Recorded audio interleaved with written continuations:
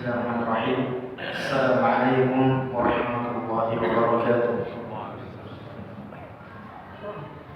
Alhamdulillahi rabbil alamin wa bihi nasta'inu ala umuri dunya waddin. Wa nusalli wa nusallim ala abdihi wa rasulihi Muhammadin wa ala alihi wa sahabatihi at-tayyibin at-tahirin wa man tabi'ahum bi ihsan ila yaumiddin. Qala rabbuna tabaraka wa ta'ala ya ayyuhalladzina amanu taqullaha wa qulu qawlan sadida yuslih lakum a'malakum wa yaghfir lakum dhunubakum wa man yuti'illaha wa rasulahu faqad faza fawzan 'azima.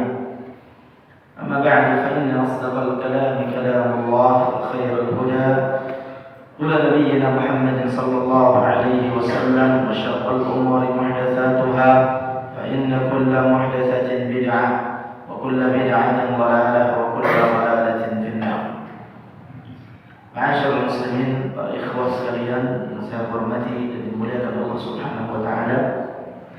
Bersyukur senantiasa kita panjatkan kehadirat Allah Jalla wa ala karena Allah Subhanahu wa taala tak henti-hentinya memberikan kenikmatan kepada kita. Salah satu daripada nikmat besar yang Allah Subhanahu wa taala berikan kepada kita yaitu Allah Subhanahu wa taala pertemukan kita dengan teman-teman yang saleh. Allah pertemukan kita dengan teman-teman yang saleh. Yang barangkali dahulu 10 tahun, 15 tahun yang lalu kita tidak memiliki teman-teman yang seperti ini. Ya. Dahulu mungkin teman-teman kita tidaklah mereka berteman kecuali di ujung-ujungnya urusan dunia. Ya. Tidaklah dahulu kita punya teman kecuali prioritas pertemanannya karena sesuatu yang bisa menguntungkan dunia kita. Tapi hari ini Allah Subhanahu wa taala berikan kepada kita teman-teman yang saleh. Ya. Termasuk ketika kita hadir di majelis ilmu seperti ini, ya, tidaklah kita hadir kecuali di dalamnya duduk orang-orang yang saleh biidznillah insyaallah. Dan ini nikmat yang besar. Karena teman yang saleh itu teman yang dia berteman karena Allah. Ya, dia berteman karena Allah. Dia berteman karena sama-sama ingin menjadi orang dan pribadi yang lebih baik dibandingkan sebelumnya. Karenanya ada saling nasihati, saling mengingatkan satu sama lain, beramal ma'ruf nahi munkar. Senang kita berteman dengan yang seperti ini. Karena dia tidak menginginkan dari kita tidak menginginkan dari dia kecuali kebaikan. Sama-sama ingin berusaha masuk surga.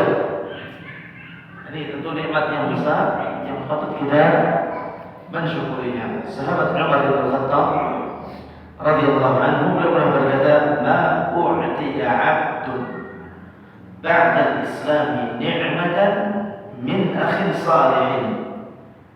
Kata Umar, tidaklah seorang hamba diberikan nikmat yang besar setelah nikmat Islam kecuali nikmat itu adalah nikmat berteman dengan teman saleh. Atau Allah berikan dia teman yang saleh. Nikmat besar. Perkataan Umar bin Khattab, tidaklah seorang diberikan nikmat Islam kecuali nikmat besar setelahnya adalah Allah berikan kepada dia teman yang saleh. Maka Umar mengatakan, fa idza ra'a ahadukum buddan min akhikum falyatamassak bihi. Jika kamu mendapatkan kasih sayang dari temanmu, ya, maka hendaknya pegang erat-erat pertemanan itu dengan dirinya. Ini para jemaah yang dirahmati Allah. Jadi kalau kita punya teman yang teman ini betul-betul lillah, ini pegang erat-erat teman yang seperti ini. Karena ini teman yang akan bermanfaat bagi kita. Ya, bukan sekedar bermanfaat untuk dunia kita, tapi yang lebih besar dari itu bermanfaat untuk akhirat kita. Dan itu yang paling penting. Karena Allah Subhanahu wa taala berfirman, "Al-akhillau yawma idzin ba'dhum li ba'din 'adu illa al-muttaqin." Teman-teman dekat yang dalam kehidupan dunia mungkin dekat sekali, itu bisa jadi di akhirat nanti dia akan saling bermusuhan satu sama lain, kecuali teman-teman yang dibangun di atas dasar takwa kepada Allah. Ya. Teman kita di dunia yang tidak dibangun di atas dasar takwa, ya di dunia mungkin rangkul-rangkulan, makan bersama, jalan bersama, ya. Sampai akhirat bisa jadi mereka akan apa? Saling bermusuhan satu sama lain. Di antara bentuk saling bermusuhan, saling minta hak satu dengan yang lainnya. Mungkin dahulu ketika berteman di dunia, karena temannya, anak pertemanannya ini dibangun di atas dasar dunia, sering kali terjadi apa? Kezaliman dari sisi hak pertemanan, sehingga mereka akan saling menuntut di akhirat, bahkan bermusuh. Walhamdulillah. Maka bersyukurlah kita ketika Allah berikan kepada kita teman-teman yang saleh. Ya, selain kita bersyukur karena Allah berikan teman yang saleh, bagaimana caranya agar kita bisa memupuk, menjaga hubungan dengan teman-teman yang saleh, insyaallah tidak berpecah belah sesamanya. Baik. Kita lanjutkan lagi pembahasan kita. Masih di lanjutan pembahasan yang sebelumnya tentang manzilatuha fid din, kedudukan salat dalam agama kita. Kemarin kita sudah sebutkan beberapa kedudukan utama ibadah salat di dalam agama kita.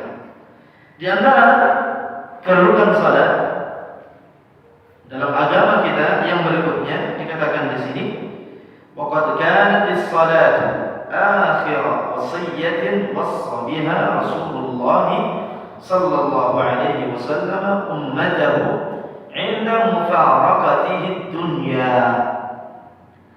Kata Rasulullah sallallahu alaihi wasallam, kata penulis di sini, cek. Penulis di sini mengatakan, ya, bahwasanya ibadah salat adalah ibadah yang diwasiatkan oleh Rasulullah sallallahu alaihi wasallam kepada umatnya sampai detik-detik terakhir. Jadi wasiat salatnya bukan hanya sekali, 2 kali, 3 kali, 4 kali, 5 kali, puluhan kali, bukan. Wasiat salat ini agar umat Nabi Muhammad sallallahu alaihi wasallam menjaga ibadah salat, terus mendirikannya. Ya, ini beliau sampaikan sampai detik-detik wafatnya beliau. Ketika beliau mendapati kondisi sakaratul maut, di antara wasiat yang beliau sampaikan tentang salat. Ya, tentang salat. Ya, idza qala sallallahu alaihi wasallam, ketika beliau hendak berpisah dengan dunia ini, beliau alaihi salatu wassalam memberikan wasiat as-salah wa ma malakat aymanukum. Wahai umatku, salat. Jangan lupa salat. Ya, jangan tinggalkan salat, kata Rasulullah SAW. Beliau sampaikan detik-detik menjelang beliau wafat. Beliau wafat itu di waktu duha. Di waktu apa? Waktu duha. Hari Senin. Ya, maka di pagi hari itu beliau sakarat, kemudian beliau mengulang-ulang beberapa wasiat. Di antara yang paling banyak diulang kalimat as-salah. Beliau ulang-ulang terus. Salat, jangan lupa salat, kata beliau. Wa ma malakat aymanukum, dan jangan lupa memperhatikan budak-budak yang kalian miliki. Kemudian juga di antara kedudukan salat, yang istimewaannya dalam agama ini disebutkan ditulis wahiyal ibadatul wahidatu allati la tanfakku 'anil mukallafi wa tabqa mulazamatan lahu tul hayatihi la tasqutu 'anhu fi ayyati halin. Kata beliau, ibadah salat adalah satu-satunya ibadah. Satu-satunya. Ibadah salat adalah satu-satunya ibadah yang tidak lepas dari mukallaf sampai kapanpun. Yang akan melekat pada seorang muslimah selama dia masih mukallaf, maka berlaku ibadah, dan ini satu-satunya ibadah yang melekat. Sepanjang hayat tidak gugur ibadah ini dalam kondisi apapun selama dia mukallaf. Ibadah yang lain, ya tidak seperti salat. Ibadah yang lain tidak seperti salat. Ya, puasa Ramadan ada waktu tertentu, Haji ada waktu tertentu, ya, bahkan syarat tertentu. Ya, zakat ada waktu dan syarat tertentu. Tidak setiap harinya dikerjakan sampai sepanjang hayat. Adapun salat satu-satunya ibadah, ya, yang akan terus berlaku bagi setiap muslimah setiap harinya sampai dia diwafatkan Allah. Masya Allah. Ini luar biasa salatnya, top sekali ya. Ibadah yang tak pernah ditinggal setiap hari. Subhanallah. Dan itu satu-satunya. Kemudian juga di antara kedudukan salat dalam agama kita, ya, walil salati minal mazaya ma laysa li ghairiha min sa'iril ibadat. Untuk salat ini juga ada beberapa, ya, keutamaan yang tidak didapati dalam ibadah selain salat. Wa min dzalik di antaranya disebutkan di sini anna Allah Subhanahu wa ta'ala tawalla fardiyataha ala Rasulillah sallallahu alaihi wasallam bi mukhatabatihi lahu lailatul mi'raj. Yang pertama, salat adalah satu-satunya ibadah yang Allah fardukan, yang Allah wajibkan. Ini kita berbicara ibadah wajib. Satu-satunya ibadah yang wajib dan diwajibkan Allah yang prosesnya melalui mi'raj. Ada Isra, Mi'raj. Mi'raj perjalanan dari Masjidil Aqsa sampai Sidratul Muntaha. Di sana Allah Subhanahu wa taala menjumpai Nabi sallallahu alaihi wasallam, kemudian memerintahkan salat 5 waktu itu. Tidak ada ibadah selain salat yang prosesnya sampai seperti itu. Proses yang luar biasa. Kejadian yang di luar akal dan nalar pikiran manusia. Ya, terjadi begitu cepat dalam waktu yang cukup singkat. Bukan cukup singkat, sangat singkat. Ya, kalaulah agama ini, ya, senantiasa dibangun di atas akal, maka Isra Mi'raj pasti akan ditolak.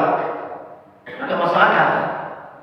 Ya, kalaulah agama ini dibangun semuanya harus logis sesuai dengan akal manusia, tentu Isra Mi'raj sampai kiamat tidak akan pernah ada yang menerima kejadiannya. Nabi berdusta, dan itu yang disampaikan oleh orang kafir Quraisy. Ya, orang kafir Quraisy mereka menggembosi, membuat syubhat yang disebarkan kepada para sahabat yang masuk Islam di awal-awal dakwah Rasulullah, bahwa mereka mengatakan Muhammad itu pendusta. Coba aja hitung secara nalar. Kendaraan yang tercepat di waktu itu apa? Mungkin kuda, ya. Dengan kuda, ya, dari Masjidil Haram ke Masjidil Aqsa, Sidratul Muntaha, di atas langit ketujuh, balik PP, masa semalam saja cukup. Ini di luar pikiran manusia, nggak mungkin, mustahil. Ya, ini menandakan bahwa agama itu tidak semuanya harus masuk ke dalam akal. Ada hal-hal yang di luar akal. Ini soalnya harus contohnya di luar akal kita. Selain kemarin kita menjelaskan tentang apa?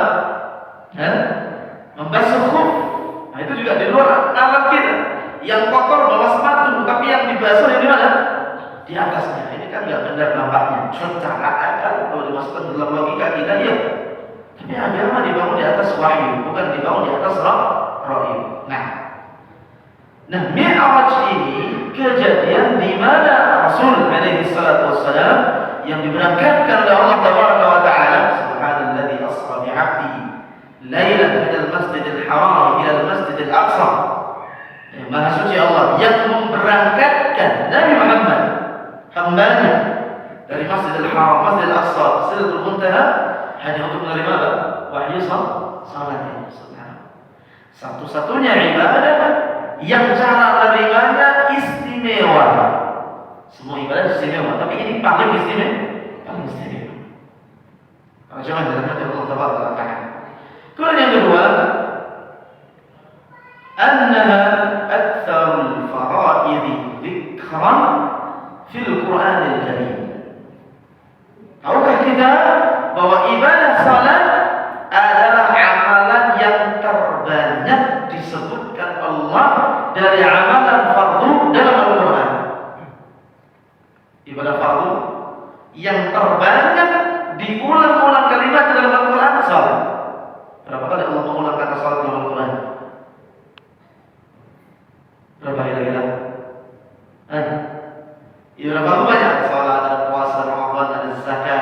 haji, ibadah-ibadah fardu.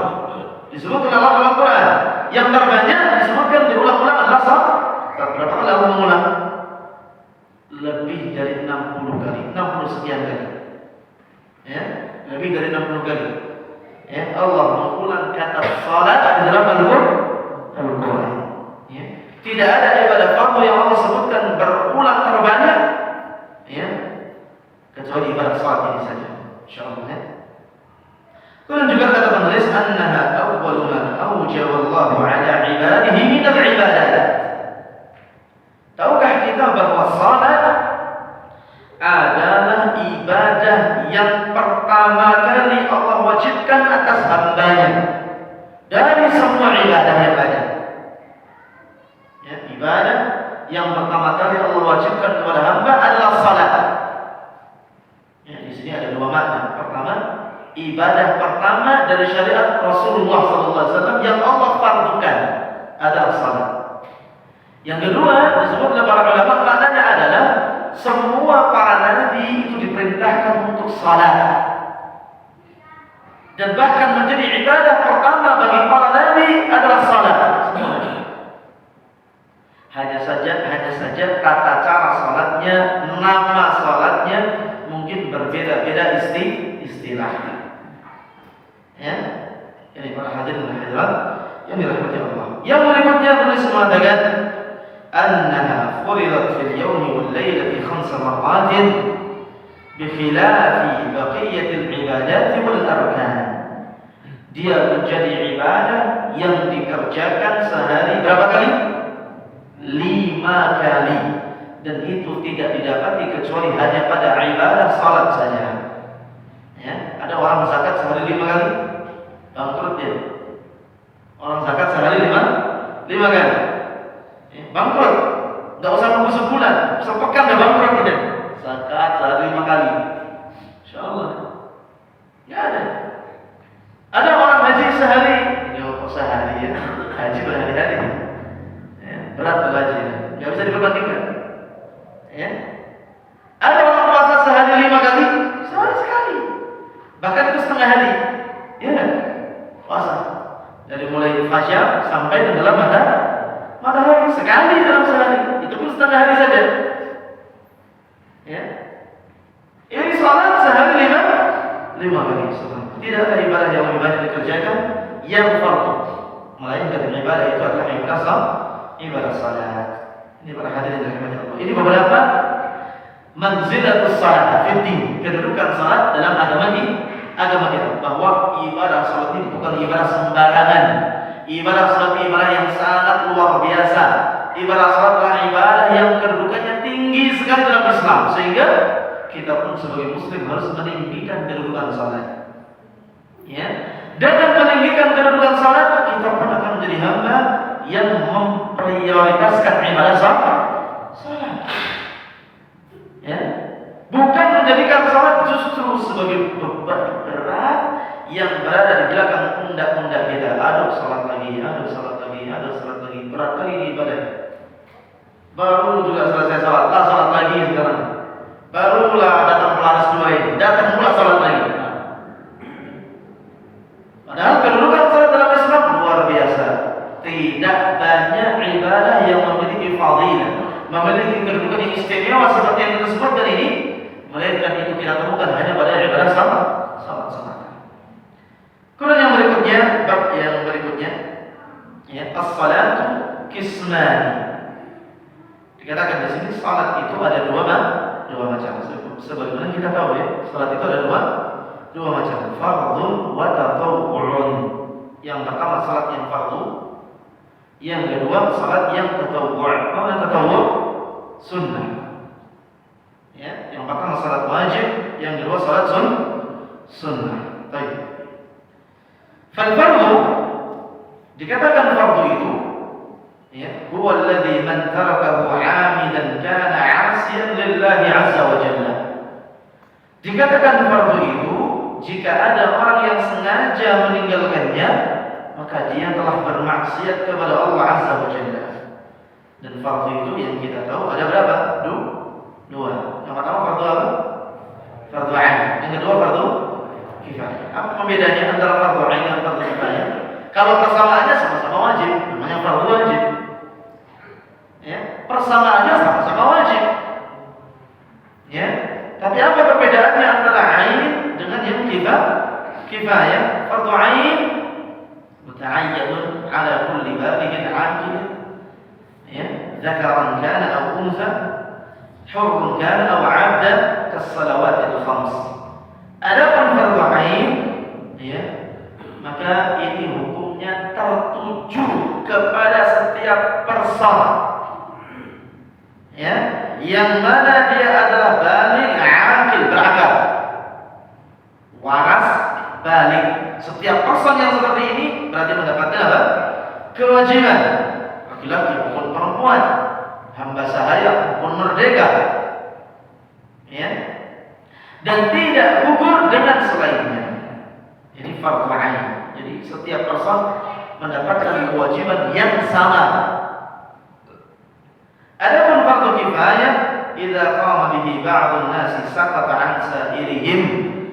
Memang dia wajib, tapi kalau sudah ada orang yang mengerjakan kewajiban tersebut, orang-orang selain mereka gugur kewajibannya. Tidak dikatakan berdosa. Ya. Seperti apa? Kas-salatil janazah. Seperti salat jenazah. Salat jenazah fardu kifayah. Kalau sudah ada yang mengerjakannya, maka yang lain gugur kewajiban, tidak berdosa.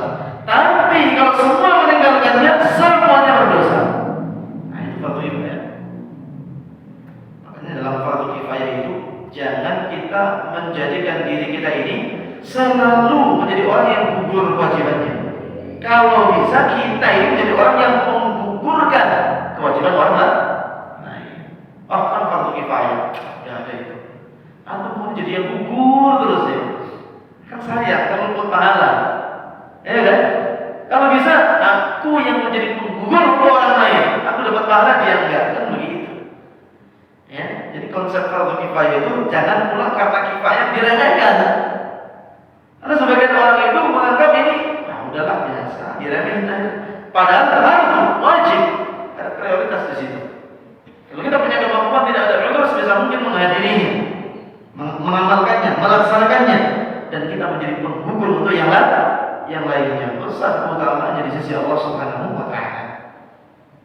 Adapun yang kedua, salat tatawwu', salat yang sunnah.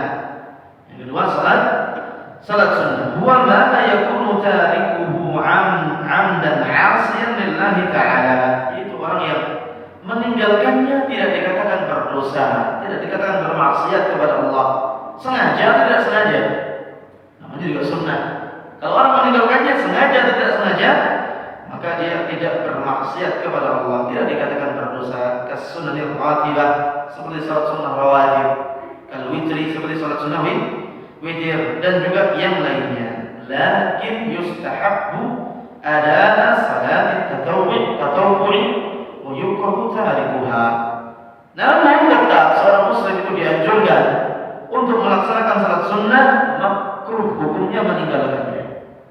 Ya, makruh hukumnya seorang meninggalkan salat sunnah tersebut. Baik, sekarang kita masuk bab inti. Awalan, salat pertama yang akan dibahas oleh penulis adalah as-salawatul khams. Salat yang 5 waktu. Ini yang paling penting dan ini yang fardu.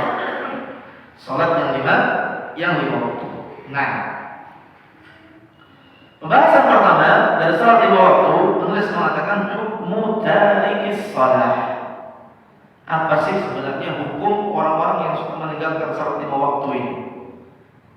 Dan ini menjadi dosa yang banyak dikerjakan kaum muslimin sendiri, bahkan sampai kepada titik diremehkan. Ya, menganggap dosa ini ya biasa saja, sehingga orang meninggalkan salat yang muslimah, ya, tidak ada perasaan bersama, tidak merasa dia berdosa, bahkan dia merasa biasa saja, apalagi mohon maaf, alhamdulillah, merasa keislamannya tetap baik-baik saja. Ini nggak tepat, ya. Dan itu terjadi kadang-kadang. Mohon maaf, dalam perayaan yang sunnah dia jor-joran. Untuk sholat 5 waktu dia loyonya luar biasa ditinggalkan. Apalagi sampai kepada titik untuk hal-hal yang sama sekali bukan sunnah. Tadi masih sunnah, sama sekali bukan sunnah, jor-joran, mati-matian. Kalau nggak kerjakan seakan-akan kiamat baginya telah ditegakkan. Ya, apa kata orang kalau nggak ikut ini? Apa kata orang kalau nggak ikut perayaan itu? Apa kata tetangga nanti kalau nggak ikut itu? Apa kata Pak Kiai nanti? Pasti kena marah dia kalau nggak pernah. Nah, berarti kan? Padahal perayaan-perayaan tersebut tidak ada ajarannya sama sekali dalam Islam. Mati-matian dia bela dengan mengorbankan salat yang jelas-jelas difardukan. Buktinya ketika acara berlangsung datang waktu salat maupun lewat aja salat itu. Gas terus acaranya. Insyaallah ya. Terjadi yang seperti itu para jemaah? Ya terjadi. Ya. Jangan tuh hanya bilang itu di tempat saya aja Ustaz. Enggak, di tempat kita semua. Merata. Ya. Insyaallah. Acara mulai ba'da zuhur. Ba'da zuhur. Oh itu Masya Allah. Dimulai dengan ini itu ya. Ketika acara berlangsung, baru mukadimah Pak Kiai datang untuk asar. Ya, digas terus atau nanti? Gas terus. Sampai kadang-kadang diinstruksi Pak Kiai, tinggal sekian nih, udah jam 5, kita bakal asar. Gas terus. Begitu sudah mulai masuk waktu maghrib, diberhentikan. Kapan asarnya? Tidak ada asar begitu. Ya, jangan-jangan asarnya udah dekat. Nah, ini nggak benar. Orang banyak meremehkan ibadah ini, dia tinggalkan biasa-biasa saja dengan memprioritaskan ibadah yang bukan ibadah, halnya bukan ibadah kadang-kadang. Apalagi perkara-perkara yang memang jelas-jelas maksiat dia lakukan dan meninggalkan ibadah salat tersebut lebih besar kemuliaan Allah baginya. Ya, berat ancamannya di sisi Allah Subhanahu Wa Taala. Ya. Arif pada akhwat yang dimuliakan Allah Subhanahu wa taala. Adapun ya, hukum orang meninggalkan salat kita berbicara dari sisi hukumnya.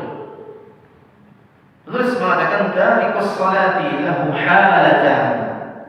Orang yang meninggalkan salat itu kondisinya ada dua. Orang meninggalkan salat itu kondisinya ya terbagi menjadi dua keadaan. Imma ayyatrukaha jahidan li fardhiyyatiha munkaran li wujubiha wa imma ayyatrukaha tahawunan wa kaslan wa huwa mukirrun bi wujubiha alayhi. Kondisi pertama, orang tersebut meninggalkan salat karena tidak meyakini hukum wajibnya. Ini pemikiran sesat tentunya ya. Pemikiran yang menyimpang, sesat. Dia meyakini salat 5 waktu itu enggak wajib. Masya Allah. Salat 5 waktu itu tidak fardu, mengingkari hukumnya. Pak, kenapa enggak salat zuhur, Pak? Enggak ada salat zuhur, enggak wajib salat zuhur. Pak, enggak salat 5 waktu, Pak? Enggak wajib salat 5 waktu. Ini berarti mengingkari hukum wajibnya salat 5 waktu. Itu yang pertama. Yang kedua, orang tersebut meninggalkan salat tahawunan wa kasla. Sebabnya karena malas. Kasla, malas. Tahawuna, menyanyiakannya. Menyanyiakan salat. Memang enggak mau salat, menyanyiakannya, tapi mukirrun bi wujubi hari. Kalau ditanya, kenapa nggak sholat? Lagi ya nggak mau sholat aja. Tapi kamu yakin nggak sholat wajib? Oh, yakin wajib 5 waktu. Kenapa nggak sholat? Lagi Loh, laki-laki kok malas. Oh, malas ternyata. Biasanya perempuan. Ya. Apa nggak sholat lagi Loh, laki-laki kok malas. Oh, berarti kamu laki kewanitaan. Nah, ini gitu. Laki tapi kewanitaan kok malas dia. Ya, kita tanya lagi. Berarti kamu mengingkari kewajibannya? Oh enggak, sampai ke situ. Saya tetap yakin salat itu wajib. Ya salat lagi malas. Tetap aja nggak mau diajak salat ya. Insyaallah ya. Lagi malas. Jadi dua, kadang alasannya malas, kadang memang sedang nggak mau artinya belanjanya menyanyiakan salat. Ya, fawailul lil musallin alladzina hum 'an salatihim sahun. Dia menyanyiakan salat, melalaikannya, nggak mau. Tapi tetap hatinya yakin. Ya, dia meyakini wajibnya salat, tidak pernah mengingkari kewajibannya. Nah, ini ada dua kondisi orang meninggalkan salat. Imma yang pertama tadi, ya, jadi pemikiran sesat menyimpang, ya, pikirannya termakan racun fitnah, syubhat, bahwa salat tidak wajib lagi. Dan ada fikih yang seperti ini, ya, ada.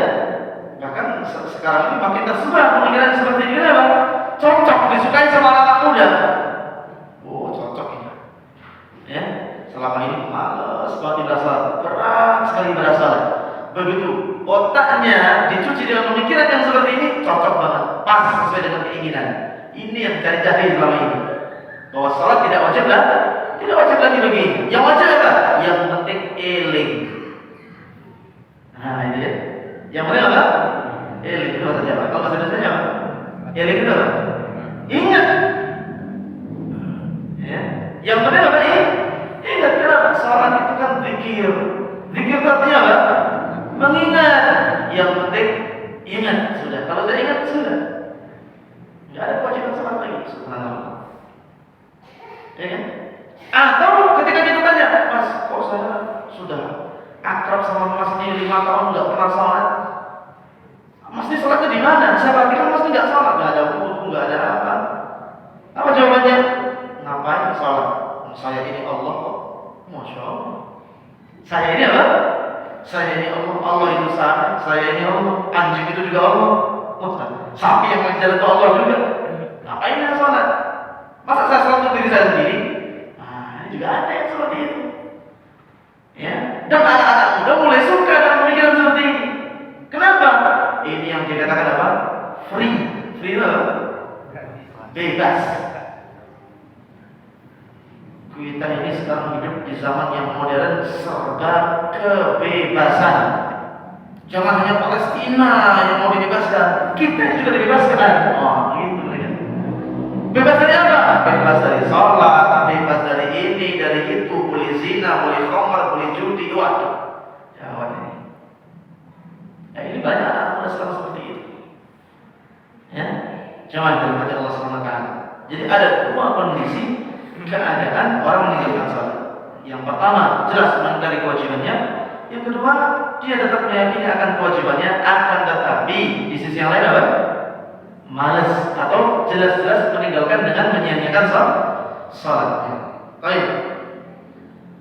Nah, orang yang seperti ini tentu berbeda dari sisi hukum.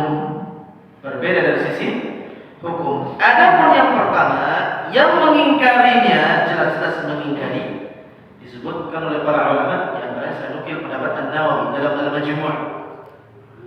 Ya, dia mengatakan man taraka as-salata jahidan li wujubiha wa lam yatruk fi'laha fi as-surah fa huwa kafirun murtadun bi ijma'il muslimin.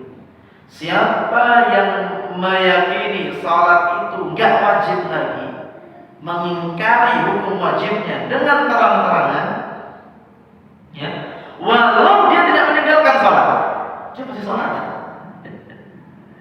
Apalagi nggak sholat, ya sudah. Orang yang punya penyimpangan pemikiran, sholat 5 waktu nggak wajib lagi, walaupun dia masih sholat, sekalipun seperti itu ya, maka kata beliau orang ini kafir, keluar dari Islam, murtad, keluar dari Islam, di ijma'il muslimin, dengan ijma'nya para ulama dari kalangan kaum muslimin. Ijma' itu sepakat semua ulama dalam pendapat yang satu paket, kafir, murtad, keluar dari Islam. Secara hukum seperti itu penjelasan para ulama. Yang pertama. Ya. Ada kondisi yang kedua, orang yang meninggalkan salat masih meyakini akan wajibnya tadi. Ya, ikhtalafal ulama. Para ulama dalam hal ini berbeda pendapat. Para ulama dalam hal ini berbeda pendapat. Tapi pendapat yang paling kuat, annahu fasiqun 'asin murtakibun li kabiratin wa laysa bikafir. Pendapat yang kuat insyaallah, orang ini tergolong orang yang fasik. Fasik itu apa? Orang dikatakan fasik itu apa? Pelaku dosa besar. Itu fasik. Pelaku dosa besar. Orang ini dikatakan pelaku dosa besar, bermaksiat kepada Allah Subhanahu wa taala, namun tidak sampai kepada vonis kafir. Ini pendapat yang lebih kuat insyaallah. Emang ada pendapat yang lain? Ada. Pendapat yang lain dari orang yang kedua, orang meninggalkan salat tapi masih meyakini wajibnya, ada yang menghukumi mereka kafir.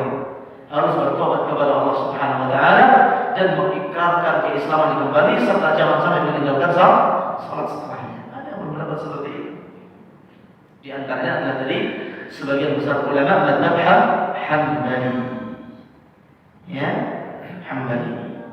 Di antara ulama dari zaman mutaakhirin, ya, ulama dari zaman modern seperti ini, yang berpendapat ini adalah Syekh Abdul Aziz bin Baz rahimahullahu taala. Dia juga berpendapat orang yang meninggalkan salat, ya, mutlak kafir. Dia harus bertaubat kepada Allah Subhanahu wa taala, ya, serta berusaha untuk mendirikan salat setelahnya jangan sampai meninggalkan kembali. Ya. Tapi pendapat yang lebih kuat yang juga dibuat oleh penulis bahwa orang yang seperti ini tidak tergolong kafir tetapi fasik. Dosanya besar. Orang berzina dikatakan fasik. Orang mencuri dikatakan fasik. Ya. Orang makan riba dikatakan fasik. Ya. Para pelaku dosa besar itu fasik, ya. Berdusta, ya, bersumpah palsu, ya, bersaksi palsu, ya, minum khamar, berjudi. Ini fasik pelakunya, dosa besar. Demikian pula salat, bahkan kefasikannya tingkat tertinggi. Ya. Kefasikannya tingkat tertinggi. Makanya dikatakan oleh para ahli ilmu, orang yang meninggalkan salat dosanya lebih besar dari orang yang berzina. Orang yang berzina itu kan kalau sadar benar-benar merasa bersalah, ya. Dan orang yang berzina itu umumnya sadar bahwasanya dia telah melakukan dosa yang besar, sehingga dia merasa bersalah. Orang yang meninggalkan salat sayangnya tidak merasa bersalah. Ya, kalau kita punya teman-teman kadang-kadang ya, Masya Allah, bahkan kerabat belum mau salat yang waktu itu. Dalam kesehariannya dia ceria-ceria saja, ketawa tadi, ngakak-ngakak juga, tidak pernah merasa ada perasaan bersalah meninggalkan salat. Padahal kefasikannya sangat besar, dosa fasiknya begitu besar. Para hadirin, jamaah kaum muslimin rahimahullah Allah Subhanahu wa taala, sudah masuk isya belum ini? Harusnya sudah ya. 15 detik. Oh, 15 detik lah. Iya, insyaallah. Barangkali ini yang bisa kita sampaikan pada kesempatan malam hari ini. Dalil-dalilnya sebenarnya ingin saya sebutkan tapi cukup panjang dan saya yakin tidak cukup waktunya, insyaallah, untuk pembahasan ini. Dari sisi dalilnya, tadi kan baru kaulnya, baru ucapan dan pendapatnya. Kalau yang ini hukumnya, kalau yang ini hukumnya. Tapi pendalilannya, insyaallah akan kita bahas pada pertemuan berikutnya. Karena saya lihat waktu, wah ini tidak cukup dalam menyebutkan dalil. Maka malam hari sampai kepada kaulnya saja. Pendapatnya ada sekian pendapat dan hukumnya begini kesimpulannya. Insyaallah penjabarannya karena cukup panjang penjabaran ini, terjadi perdebatan juga, akan kita bahas bismillah pada kesempatan berikutnya insyaallah. Semoga bermanfaat. Mohon maaf atas segala kekurangan. Kita akhiri dengan doa kafaratul majelis. Subhanallahumma bihamdika, asyhadu an la ilaha illa anta, astaghfiruka wa atubu ilaik. Assalamualaikum warahmatullahi wabarakatuh.